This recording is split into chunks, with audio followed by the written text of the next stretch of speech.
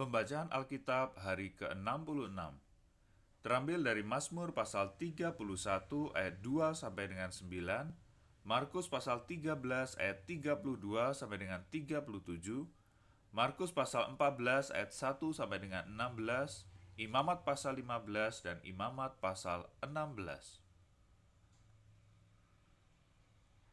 Mazmur pasal 31. Padamu Tuhan aku berlindung, janganlah sekali-kali aku mendapat malu. Luputkanlah aku oleh karena keadilan-Mu, sendengkanlah telingamu kepadaku, bersegeralah melepaskan aku. Jadilah bagiku gunung batu tempat perlindungan, kubu pertahanan untuk menyelamatkan aku. Sebab Engkau bukit batuku dan pertahananku, dan oleh karena namamu Engkau akan menuntun dan membimbing aku. Engkau akan mengeluarkan aku dari jaring yang dipasang orang terhadap aku, sebab Engkaulah tempat perlindunganku. Ke dalam tangan-Mu lah kuserahkan nyawaku. Engkau membebaskan aku, ya Tuhan, Allah yang setia. Engkau benci kepada orang-orang yang memuja berhala yang sia-sia, tetapi aku percaya kepada Tuhan. Aku akan bersorak-sorak dan bersuka cita karena kasih setiamu, sebab Engkau telah menilik sengsaraku, telah memperhatikan kesesakan jiwaku, dan tidak menyerahkan aku ke tangan musuh, tetapi menegakkan kakiku di tempat yang lapang.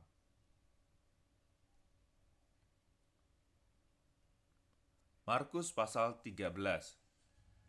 Tetapi tentang hari atau saat itu, tidak seorang pun yang tahu. Malaikat-malaikat di sorga tidak, dan anak pun tidak, hanya Bapa saja. Hati-hatilah dan berjaga-jagalah, sebab kamu tidak tahu bila manakah waktunya tiba. Dan halnya sama seperti seorang yang bepergian, yang meninggalkan rumahnya dan menyerahkan tanggung jawab kepada hamba-hambanya, masing-masing dengan tugasnya, dan memerintahkan penunggu pintu supaya berjaga-jaga.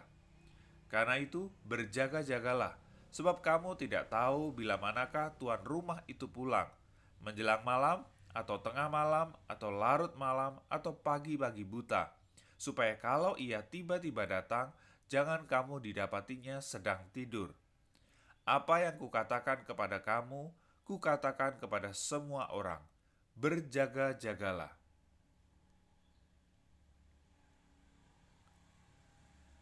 Hari Raya Paskah dan Hari Raya Roti Tidak Beragi akan mulai 2 hari lagi.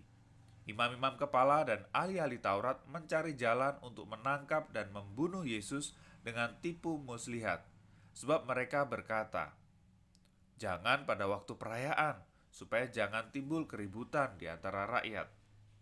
Ketika Yesus berada di Betania, di rumah Simon si kusta, dan sedang duduk makan, datanglah seorang perempuan membawa suatu buli-buli pualam berisi minyak narwastu murni yang mahal harganya. Setelah dipecahkannya leher buli-buli itu, dicurahkannya minyak itu ke atas kepala Yesus. Ada orang yang menjadi gusar dan berkata seorang kepada yang lain, untuk apa pemborosan minyak narwastu ini? Sebab minyak ini dapat dijual 300 dinar lebih, dan uangnya dapat diberikan kepada orang-orang miskin. Lalu mereka memarahi perempuan itu. Tetapi Yesus berkata, biarkan dia. Mengapa kamu menyusahkan dia? Ia telah melakukan suatu perbuatan yang baik padaku.